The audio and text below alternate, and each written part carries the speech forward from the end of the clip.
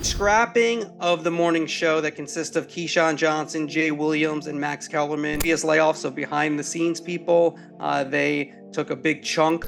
One of a series of moves that is forthcoming for ESPN. I did not think that this would ever happen. Decisions that are being made at this level and the things that are being sacrificed at this point is mind-boggling, particularly if you're a fan of basketball or football. This is something that you want to watch because ESPN's never going to be the same again, but it makes sense why they might be doing this. So before we get to the content, make sure you drop like, subscribe, and turn on our notifications to help the channel grow. Now that we get all that out of the way, break!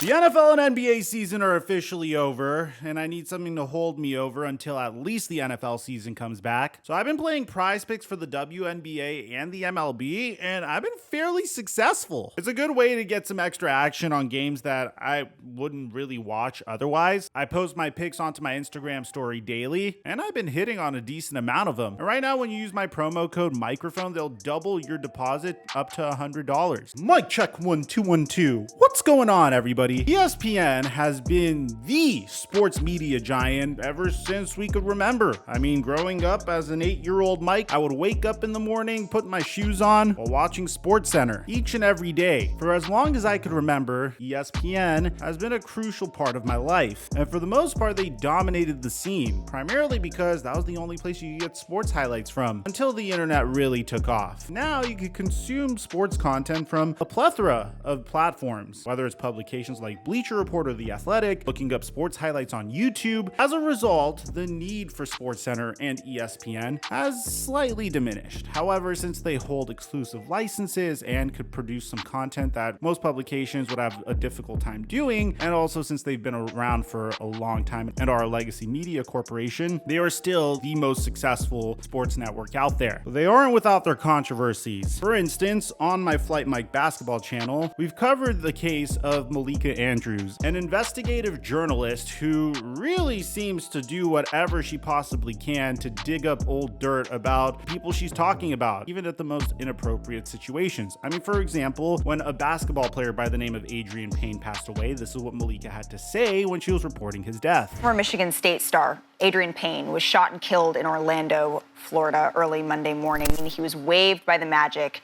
after he was named in a report by ESPN's Outside the Lines that he'd been involved in an alleged assault at Michigan State in 2010. No charges were filed in that case. Another example is whenever Malika Andrews was discussing the Ime Udoka situation, which was a head coach of the Boston Celtics that had a undisclosed consensual relationship with a female staffer on the team. This is how it was handled whenever Kendrick Perkins discussed it with her on her show. I think that we need to circle back to what Shanae said, is that there was an investigation that was conducted by an independent law firm here. And I think that transparency is what will rule the day here. And so without having all of the information, it is unfair and irresponsible of us to go and to speculate on that. And most famously, Stephen A. Smith and Malika Andrews got into it after Malika tried to gaslight Stephen A. Smith as a result of disagreeing with her. We are not here, Stephen A., to further blame women. That is not why we are here. I don't appreciate where you're going with that. I'm not blaming anybody but Ime Udoka. The fact of the matter is, I've said he deserved to be fired if they were going to fire him. If you're not going to fire him, then don't fire him.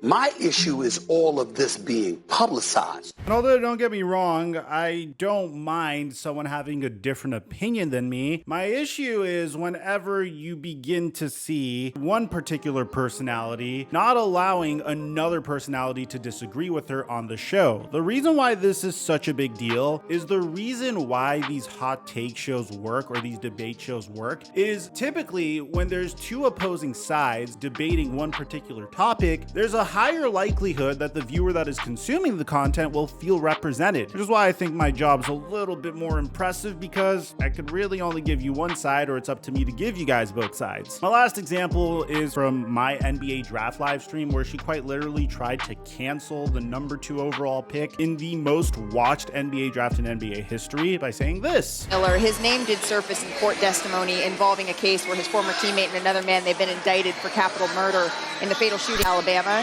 has described Miller as a cooperating witness. How is this factoring, if at all, into how teams are evaluating him? I think it wouldn't be brought up at all if it wasn't for Malika just bringing it up on national television right now. ESPN has always been all reliable when it's come to content. They definitely are just in a difficult transitional period ever since losing Skip Bayless and trying to figure out who their next man up is to supplement Stephen A. Smith. They've taken chances on people like Kendrick Perkins and JJ Redick. They tried to bring in Max Kellerman to replace Skip Bayless, and it seems like ESPN is trending in a brand new direction. A part of it makes a lot of sense. I mean, their recent hiring of Pat McAfee is GOAT-tier hiring. I know some Pat McAfee show fans feel a particular way about him going to ESPN. I'm not speaking from this lens. I'm speaking from a perspective of, if I'm ESPN and I need to generate hype for our conglomerate, then bringing in Pat McAfee was an A+ move. It's an indication of them understanding that this is the direction that they need to go in. But if you look at Pat McAfee's old contract with FanDuel TV, Pat McAfee was signed to a 4-year, $120 million contract with FanDuel TV, which means ESPN probably had to pony up a significant amount of capital to bring Pat McAfee onto ESPN, which is going to start in a few months, by the way. Pat's show is going to be streaming to ESPN's YouTube channel. It's going to be on the ESPN app, the ESPN channel. So clearly ESPN knows that they really need to invest heavily in new media personalities if they want to maintain relevance. While the amount Pat got paid from ESPN is disputed, according to Andrew Marchand, McAfee's contract is worth $85 million over the next 5 years, but Pat McAfee himself disputes that that's the right number. I mean, McAfee even said, interesting number. I don't talk about the business side of it all, the actual numbers and such. McAfee gets to keep creative control of the content on his show, including the ability for McAfee to invite personalities from other networks like NFL insider Ian Rappaport, who is a regular guest of McAfee's show on FanDuel, but works for the NFL network and competes directly with ESPN, and lead NFL insider Adam Schefter. I didn't think of that. Could we potentially see Adam Schefter more on the Pat McAfee show over Ian Rappaport? That's not even something that entered my mind. Now,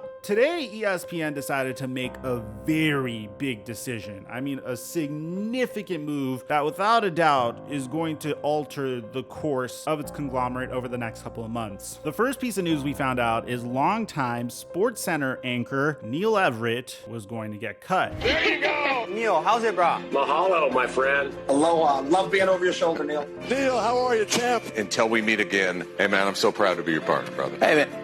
Likewise. Which, to be honest, this kind of hurts me in my soul. I mean, I really like Neil Everett, so that really crushed me. In addition to that, Bob Ninkovich is gone. They're cutting Keyshawn Johnson and Max Kellerman, and if you're a basketball fan, this will also crush you. Jeff Van Gundy is officially let go as well, meaning that ESPN's trio of Mike Breen, Mark Jackson, and Jeff Van Gundy is officially done. Jalen Rose has also been let go of ESPN, and Susie Kolber has also been let go of ESPN. This is leading a lot of people to speculate, why would they make these decisions from such big names? Well, when ESPN was asked about it, they kind of gave like a very generic corporate response, saying, given the current environment, ESPN has determined it necessary to identify some additional cost savings in the area of public-facing commentator salaries, and that process has begun. This exercise will include a small group of job cuts in the short term and an ongoing focus on managing costs when we negotiate individual contract renewals in the months ahead. This is an extremely challenging process involving individuals who have had a tremendous impact on our company. These difficult decisions, based more on overall efficiency than merit, will help us meet our financial targets and ensure future growth. A very typical response from a mega corporation like ESPN, but we already got a clue of what ESPN's future is looking like. They want Pat McAfee's, they want JJ Redick's, they want individuals that built huge followings things through social media. And who is currently the hottest free agent in the world of sports media? Well, it's none other than Shannon Sharp. The last time I appeared on this channel, I said that Shannon Sharp was in conversations with FanDuel TV. Pat McAfee left FanDuel TV. FanDuel TV was paying him $30 million a year over 4 years, so there's a huge chunk of capital available for Shannon Sharp should he want to take Club Shay Shay to FanDuel TV and kind of